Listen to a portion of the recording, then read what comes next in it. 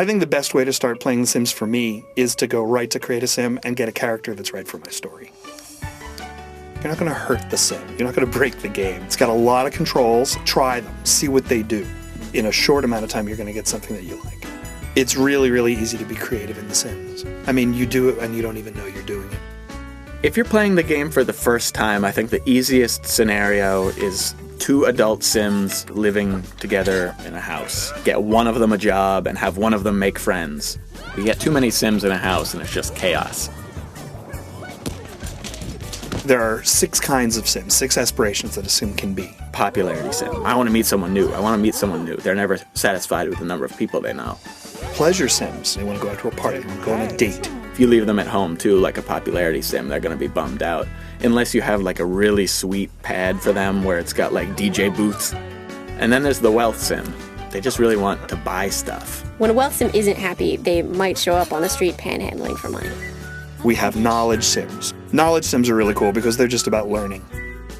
It's a really great idea to have one of the parents at least be a family sim, because then they're going to get a lot of aspiration out of being at home and being with the family. The romance sim. They might even be married and they'll be like, you know, I really want to meet someone new in a romantic way. Family Sims and romance Sims, maybe not the best marriage. It's very easy to get a sim a job. You just go to the newspaper or you go to the computer and you look for a job. You might have to settle for something you don't necessarily want for your sim if you want to get them right into the workforce. I think the best way to get a job is to get a little money together and get that computer. The other thing that's important is that somebody's going to need to be making friends, inviting lots of people over, throwing lots of parties. The number of friends that the family has is sort of a cap to the success that you can have in the workplace. In the jobs panel, you'll see all the skills that they know and what level they're at, and the ones that they need in order to get promoted to the next one will have a little circle around them. And those are the ones you should spend time on if you care about getting promoted. You got to meet those skill requirements, and then you got to send that sim to work in a good mood.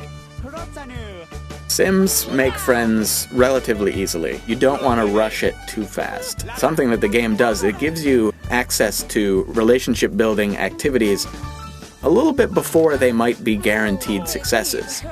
Oh, I can hug somebody right now. I'll just go right up to someone and hug them. And okay, you're moving a little fast for me. Make a good environment for the friend that you're trying to make. You know, have some food around. Have a nice TV for them to watch. Make sure your sim's in a good mood first. It's a fun, gamey little system, but it's based on stuff that's true. The key to really making good friends is use the phone a lot.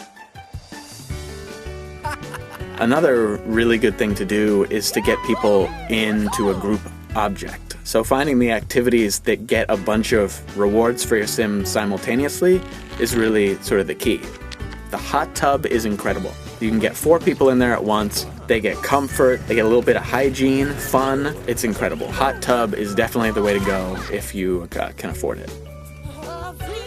Under the pressurized situation of having your Sims date, you can make bad decisions. It's one of the few times in the Sims when you're sort of under a time pressure. You've got to have a good time with your date before the date runs out of time. If you think that the kiss is going to be the killer move that just, like, puts your date score over the top, you better hope it gets accepted, because if it gets rejected, you are done.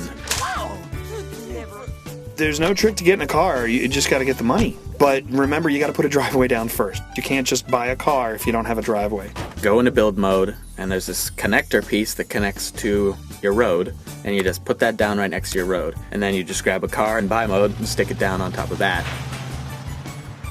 One of the big tricks is this big gelatin mold. You don't have to prep it, you don't have to do anything. You can just pull out gelatin after gelatin after gelatin. So if you don't have time to do anything, that's really the best way to go.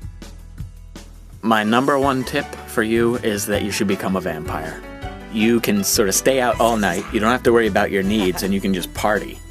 The way to become a vampire is to schmooze the grand vampire. Chat them up a little bit, they're eventually going to just try and bite you and turn you into a vampire. It's a good lifestyle.